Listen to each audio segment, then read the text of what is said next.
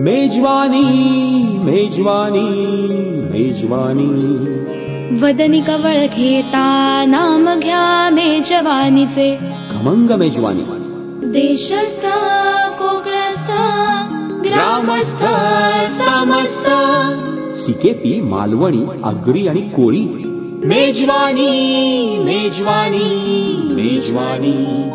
Veg non veg चमचमीत झणझणीत कोशिंबिरी आणि चटणी. जिभेला सुटलंय पाणी. मेजवानी मेजवानी मेजवानी. खमंग मेजवानी. याला जेवायला. नमस्कार प्रेक्षक हो, मी सुषमा पोद्दार खमंग मेजवानीच्या खमंग भागामध्ये आपल्या सगळ्यांचं मनापासून स्वागत करते. आज आपण पुन्हा आलेलो आहोत हरिविहार सोसायटी सेक्टर 10 नवीन पनवेल येथे आणि आपल्यासोबत आहेत रुपाली जोशी. नमस्कार. नमस्कार. स्वागत खमंग मेजवानीमध्ये. धन्यवाद. बरं, गेल्या वेळेला अगदी इंटरेस्टिंग अशी रेसिपी दाखवली होती. आज कुठली आहे? आज एक अशी रेसिपी आहे जी सगळ्यांना आवडते, अगदी लहानांपासून मोठ्यांपर्यंत सगळ्यांना आवडते आणि आपल्या मुंबईच्या चौपाटीची खास फेमस आहे अशी रेसिपी आहे. ती आहे पाणीपुरी. अरे वा, पाणीपुरी. हो, पण पाणीपुरीमध्ये असा एक ट्विस्ट आहे की डाएट कॉन्शियस आपण आज सगळेजण झालेलो आहोत, तर आपल्या डाएटला चालेल अशी ही डाएट पाणीपुरी आज दाखवणार. अरे वा, डाएट पाणीपुरी आपल्याला बघायची आहे. बरं बरं, मग साहित्य अगदी कमी दिसतंय याच्यामध्ये. हो. बरं, नेमकं काय सांगताय? हो, सांगते. डाएट पाणीपुरीच्या पुऱ्या आहेत. हे आहेत वाफवलेले कडधान्य, चाट मसाला, चिंच, गूळ आणि पुदिनाची चटणी आणि जिरेपूड. बरं, इथे साहित्य अगदी कमी आहे, पण ह्या पुऱ्या दिसतात आहेत अगदी वेगळ्याच प्रकारच्या आहेत. हो, ह्या मेन आहेत त्या डाएट पाणीपुरीच्या स्पेशल पुऱ्या आहेत ह्या. अच्छा. ह्या बेक्ड आहेत मुख्य म्हणजे. अच्छा, बेक्ड आहे. म्हणजे आपण ज्या खातो नेहमी त्या तळलेल्या असतात. बरोबर आहे. अच्छा अच्छा. बरं, ह्या कुठे मिळतात का? ह्या जनरली मॉल्स मध्ये मिळतात किंवा मग ह्या जर का मिळाल्या नाही आपल्याला तर मग कॅनोपीज पण मिळतात. हा, कॅनोपीज. तर मग आपण कॅनोपीज पण वापरू शकतो किंवा घरच्या घरी जर बनवायच्या असतील तर आपण आपली जी घरच्या घरी पण अशा आपण बनवू शकतो आपण. आपण जी कणिक आहे नॉर्मल आपण जसं पोळ्यांसाठी किंवा फुलक्यांसाठी करतो तशी ती भिजवून घ्यायची आणि मग आपले जे छोटे छोटे कप्स असतात केक बेकिंगचे, तर त्याला ते आतनं लाइनिंग करून ते बेक करून घ्यायचे. मग ते तुम्ही कप्स म्हणून वापरू शकता किंवा या पुऱ्या वापरू शकता तुम्ही. अच्छा. आपल्या इथे पनवेलला मिळतात?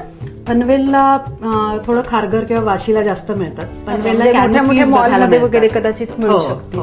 ह्या कुठून आणल्या? ह्या मी पुण्याहून आणलेल्या आहेत. अच्छा अच्छा. म्हणजे पुण्याला हमखास मिळतात. अगदी अगदी. म्हणजे अगदी लागले तर पुण्याहून आणावे. नाही, आपल्या वाशीला पण मिळतं. म्हणजे खारघर आणि वाशीला पण अगदी मिळतात. अच्छा, मिळतात. हो हो, मग काही प्रश्नच नाहीये. म्हणजे मग तिथे मिळू शकतात किंवा नाहीच मिळाल्या तर यांनी सांगितल्याप्रमाणे आपण कणिक घेऊन त्याच्या देखील अशा प्रकारच्या पुऱ्या आपण तयार करू शकतो किंवा मग कॅनोपीज पण घेऊ शकतो. अच्छा.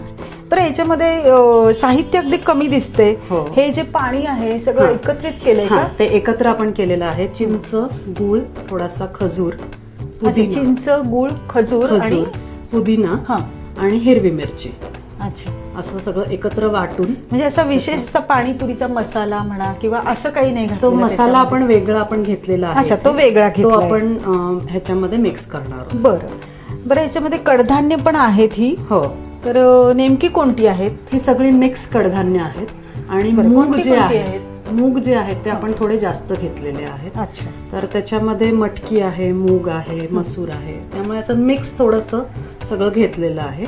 आणि थोडे मूग जास्त घ्यायचे. त्याचं कारण असं आहे की मुगाचा जो थोडासा स्टार्चीनेस असतो, स्टार्ची फ्लेवर जो असतो तो आपले जे बटाटे किंवा ते म्हणजे पिवळे जे वाटाणे ज्याचं आपण करतो स्टफिंग, तर त्याच्यापेक्षा हे जास्त पौष्टिक आहे, जास्त डाएट रिलेटेड आहे.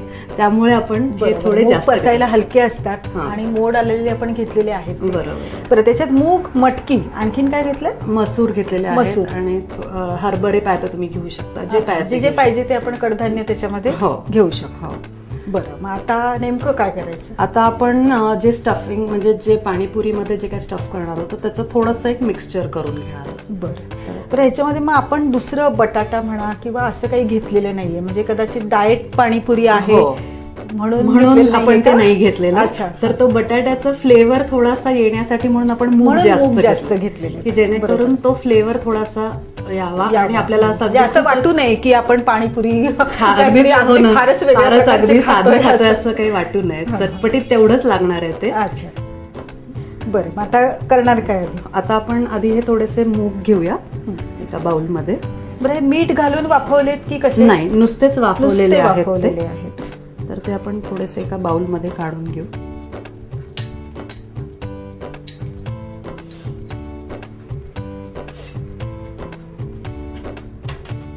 ह्याच्यामध्ये आपण घालणार आहोत चाट मसाला. चाट मसाला, हा, म्हणजे मग त्याने तो एक चटपटीत फ्लेवर जो आहे तो येईल. आपण त्याच्यामध्ये घालणार आहोत जिरेपूड. आपण आता जिरेपूड ह्याच्यामध्ये घातलेली आहे.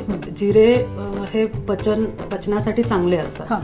तर आपण स्प्राउट्स जे घेतलेले ते थोडे कठीण असतात पचायला. तर त्याच्यामुळे जिरेपूड घातल्याने आपल्याला जी काही पचन शक्ती आहे ती वाढू शकते आणि त्रास होणार नाही. जिरे भाजून घेतले होते? हो, जिरे भाजून त्याची पावडर केलेली आहे. बरं, ती आपण ह्याच्यामध्ये घातली. आता आपण हे सगळं मिक्स करून घेऊया. हे तुम्ही नुसतं पण खाऊ शकता ऍज अ स्टफिंग किंवा ऍज अ सॅलड. इतका छान येतोय. जिरेपूड घातले, चाट मसाला घातला, ह्याच्यामध्ये जर का टोमॅटो आणि कांदा घातला चिरून तर हे पण एक सॅलड म्हणून तुम्ही खाऊ शकता. बरोबर. आता हे आपलं स्टफिंग तयार आहे. त्याच्यात आपण स्प्राउट्स घेतले, त्याच्यामध्ये थोडासा चाट मसाला आणि जिरेपूड घातलेली आहे. बरं, पण आता पुढच्या कृतीकडे जाण्या अगोदर आपण घेऊया एक छोटासा ब्रेक. कुठेही जाऊ नका, पाहत रहा खमंग मेजवानी. खमंग मेजवानी. ब्रेक नंतर खमंग मेजवानीमध्ये आपलं पुन्हा एकदा स्वागत. बरं, हे सगळं मिक्स झालेलं आहे. हो. पुढे काय करायचंय? आता आपण ह्या पुऱ्यांमध्ये हे सगळं स्टफिंग घालूया. अच्छा, आता हे स्टफ करून घेणार होतं त्याच्यामध्ये. बरं, तुम्ही इंटेरियर डिझायनर आहात असं म्हणाला होता, तर त्याबद्दल सांगा ना काहीतरी. मी बेसिकली माझं होम सायन्स केलेलं आहे ग्रॅज्युएशन. अच्छा. आणि होम सायन्समध्ये आम्हाला इंटिरियरचे पण सब्जेक्ट्स होते. बरं. तर त्याच्यामध्ये interior, food and nutrition, textiles आणि चाइल्ड डेव्हलपमेंट असे 4 स्पेशलायझेशन्स आहेत होम सायन्समध्ये. तर त्याच्यामधलं मी इंटिरियर डिझायनिंग हे स्पेशलायझेशन घेतलं. आणि आफ्टर ग्रॅज्युएशन मी कम्प्युटर एडेड इंटिरियर डिझाईनचा कोर्स केला. अच्छा. आणि त्याच्याबरोबरीने मी डिप्लोमा इन बिझनेस मॅनेजमेंटचा पण कोर्स केला. थोडासा एक बिझनेस एक आउटलुक यावा या कारणासाठी. आणि त्याच्यानंतर मग म्हणजे एक प्रॅक्टिस केली काही वर्ष काही आर्किटेक्ट्स आणि इंटिरियर डिझायनर्सच्या अंडर. आणि मग सायमल्टेनियसली स्वतःची प्रॅक्टिस सुरू केली. म्हणजे कामाचं स्वरूप कसं काय असतं? कामाचं स्वरूप असं असतं की डिझायनिंग हा एक भाग असतो, त्याच्यानंतर एक्झिक्युशन हा एक भाग असतो. तर डिझायनिंग आणि एक्झिक्युशनच्या बरोबरीने एक सगळं मॅनेज करणं, की बेसिकली साईटवरती फायनान्स हा पण एक थोडासा ऍस्पेक्ट असतो. तर या सगळ्या गोष्टी मॅनेज करायच्या आणि जिथे साईट असेल तिथे जावं लागतं. त्यामुळे ट्रॅव्हलिंग हा प्रकार थोडाफार करावा लागतो. पण मी एन्जॉय करते, मला आवडतं ट्रॅव्हलिंग, खूप वेगवेगळ्या ठिकाणी जायला. आणि इंटिरियर्सचे साईट्स करताना एक तर खूप लोक भेटतात, खूप वेगवेगळ्या गोष्टी आपण करतो. आणि साईट कम्प्लीट झाल्यानंतर जे एक तो समाधान किंवा जो काही आनंद असतो तो एक वेगळाच असतो. प्रोसेस असते थोडी लांब असते, पण थोडी कटकटीची असते. Of course in a male dominated world मला जास्त राहावं लागतं, पण काही हरकत नाही. आजकाल सगळेजण खूप तसे कोऑपरेटिव्ह असतात आणि एक चांगला एक वेगळाच एक अनुभव. आणि प्रत्येक साईट ही माझ्यासाठी नवी असते. एक नवा अनुभव असतो, कला त्याच्यामध्ये सादर करायची असते. त्यामुळे निश्चितच पण एक छान इंटरेस्टिंग असं फील्ड आहे. तर मी ते करत म्हणजे इंटिरियरमध्ये अशी मी प्रॅक्टिस करते. त्याच्या बरोबरीने मी पुण्याचं एक मॅगझिन आहे, तर त्यांच्यासाठी मी काही लेख पण लिहून दिलेले आहेत. एक वर्षभर जवळपास दर महिन्याला त्यांचे पुणे सिटी डायजेस्ट म्हणून मॅगझिन आहे. तर त्याच्यामध्ये प्रत्येक महिन्याला एक एक टॉपिक घेतला, की समजा एक लिव्हिंग रूम असेल, मास्टर बेडरूम असेल किंवा रेसिडेन्शियल म्हणा, कमर्शियल म्हणा, असे एक एक एरियाज घेतले आणि त्याच्यावरती मी लेख लिहिले. आणि माझ्या ज्या काही साईट्स केलेल्या आहेत मी इंटिरियरच्या, तर त्याचे फोटोग्राफ्स काढून तेही त्याच्यामध्ये आलेले. माहेर पुण्याचं आहे ना? माहेर पुण्याचं आहे, त्यामुळे मग त्या मासिकात वगैरे. हो, बरोबर आहे. पुण्याचे रूट्स आहेत, त्यामुळे roots will always be there. बरं, एखादा चॅलेंजिंग जॉब वगैरे काही केला असेल, काहीतरी किस्सा असेल त्याच्याबद्दलचा? हो, एक साईट आली होती मला, एका हॉस्पिटलची साईट आली होती. मल्टी स्पेशालिटी हॉस्पिटलचं काम करायचं होतं मला. तर तिथे असं होतं की सगळ्या प्रकारचे जे काय फॅसिलिटीज होत्या, म्हणजे वेगवेगळ्या प्रकारचे डॉक्टर्स तिथे येऊन त्यांची प्रॅक्टिस करणार होते. सो तिथे अगदी ऑर्थोपेडिक सर्जन, फिजिओथेरपिस्ट, डेंटिस्ट, त्याच्यानंतर पंचकर्मा आयुर्वेदा, असे खूप प्रकारचे, प्लस नॉर्मल सर्जन्स वगैरे पण सगळे प्रॅक्टिस करणार होते. तर त्या हे पुण्यातच होतं.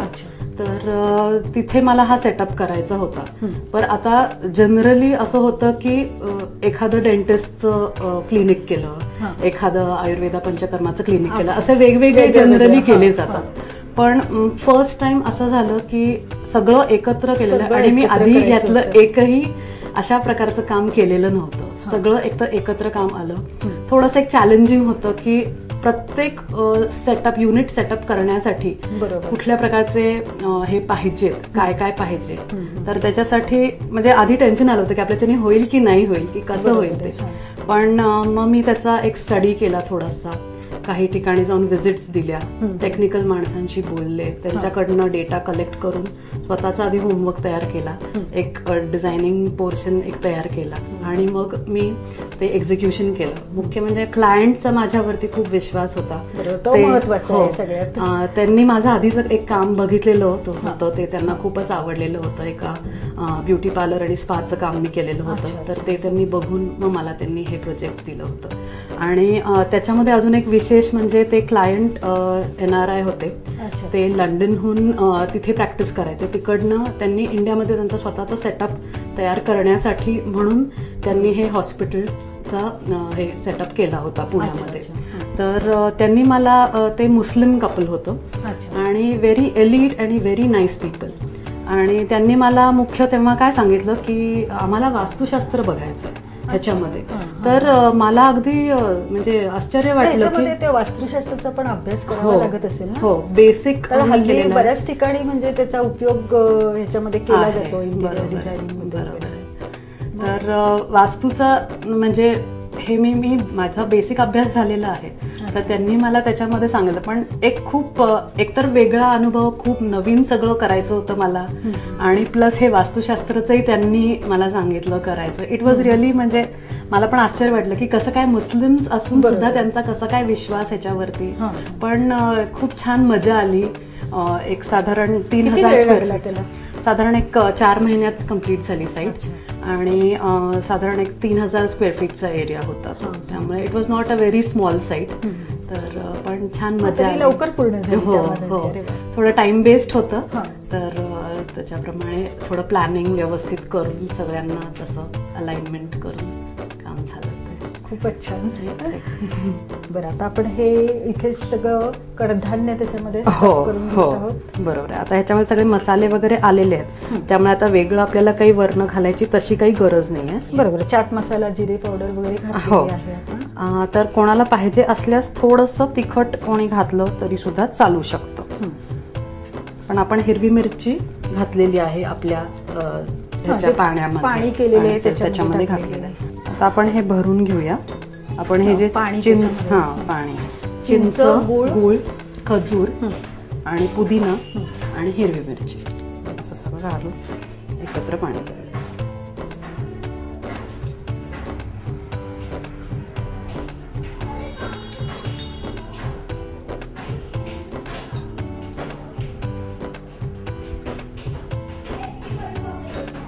हल्ली लहान मुलांना सुद्धा इतकी आवडते पाणीपुरी. लहान मुलांना काय, मोठ्यांना तर आवडतेच. जेवणाच्या ऐवजी पाणीपुरी दिली तरी सुद्धा चालते. हो,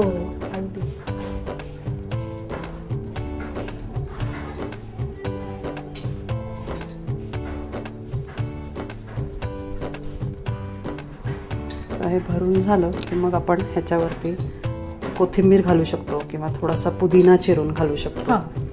म्हणजे मग थोडंसं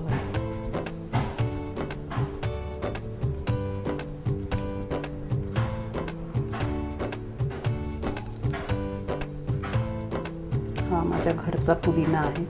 अच्छा, लावलेलं आहे का हो कुंडीमध्ये? हो. अरे वा. पुदिना उगवणं इतकं सोपं आहे, त्यामुळे पटकन नुसती काडी जरी लावली तरी चालेल. हो, आपण विकत आणतो, हो पुदिना ना. काढून घ्यायचा आणि त्या काड्या कुंडीमध्ये रोवायच्या. हो अगदी.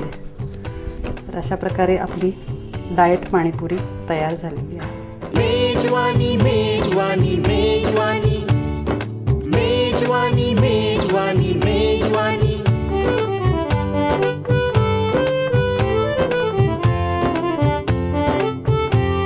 मेजवानी खमंग मेजवानी. डाएट पाणीपुरी. साहित्य: डाएट पाणीपुरीच्या पुऱ्या, वाफवलेले कडधान्य, चाट मसाला, चिंच, गूळ, खजूर, हिरवी मिरची आणि पुदिन्याची चटणी आणि जिरे पावडर. कृती: प्रथम मिक्स कडधान्यामध्ये मटकी, मसूर आणि मुगाचे प्रमाण जास्त घेऊन हे वाफवून घ्यावे. त्यात चाट मसाला व जिरेपूड घालून मिश्रण मिक्स करून घ्यावे. त्यानंतर डाएट पाणीपुरीच्या पुऱ्या घेऊन त्यात तयार मिश्रण स्टफ करावे व शेवटी चिंच, गूळ, खजूर, पुदिन्याची चटणी आणि हिरवी मिरची यांचे तयार केलेले पाणी स्टफ पुरीमध्ये भरावे. ही झाली डाएट पाणीपुरी तयार. मेजवानी मेजवानी मेजवानी मेजवानी मेजवानी मेजवानी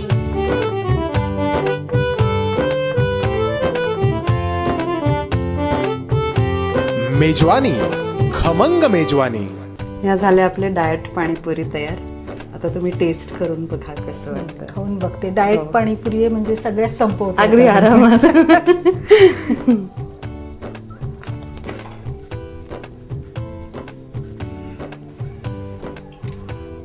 मस्त. वाटतंय नॉर्मल पाणीपुरी नाहीये ते. आणि पुदिन्याचा आणि जिऱ्याचा हम्म. एकदम मस्त फ्लेवर आलेला आहे त्याला.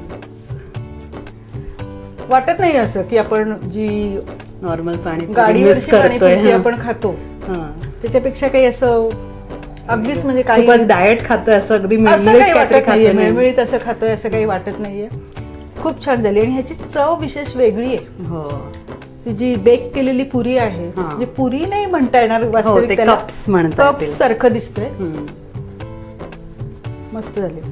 रुपाली कार्यक्रमामध्ये सहभागी झालीस आणि खरंच प्रश्न असतो की डाएट फूड काय काय खावं. हो. डाएट चिवडा माहिती आहे आम्हाला, डाएट चकली माहिती आहे, बरं. पण डाएट पाणीपुरी मला तरी माहिती नव्हती. हा.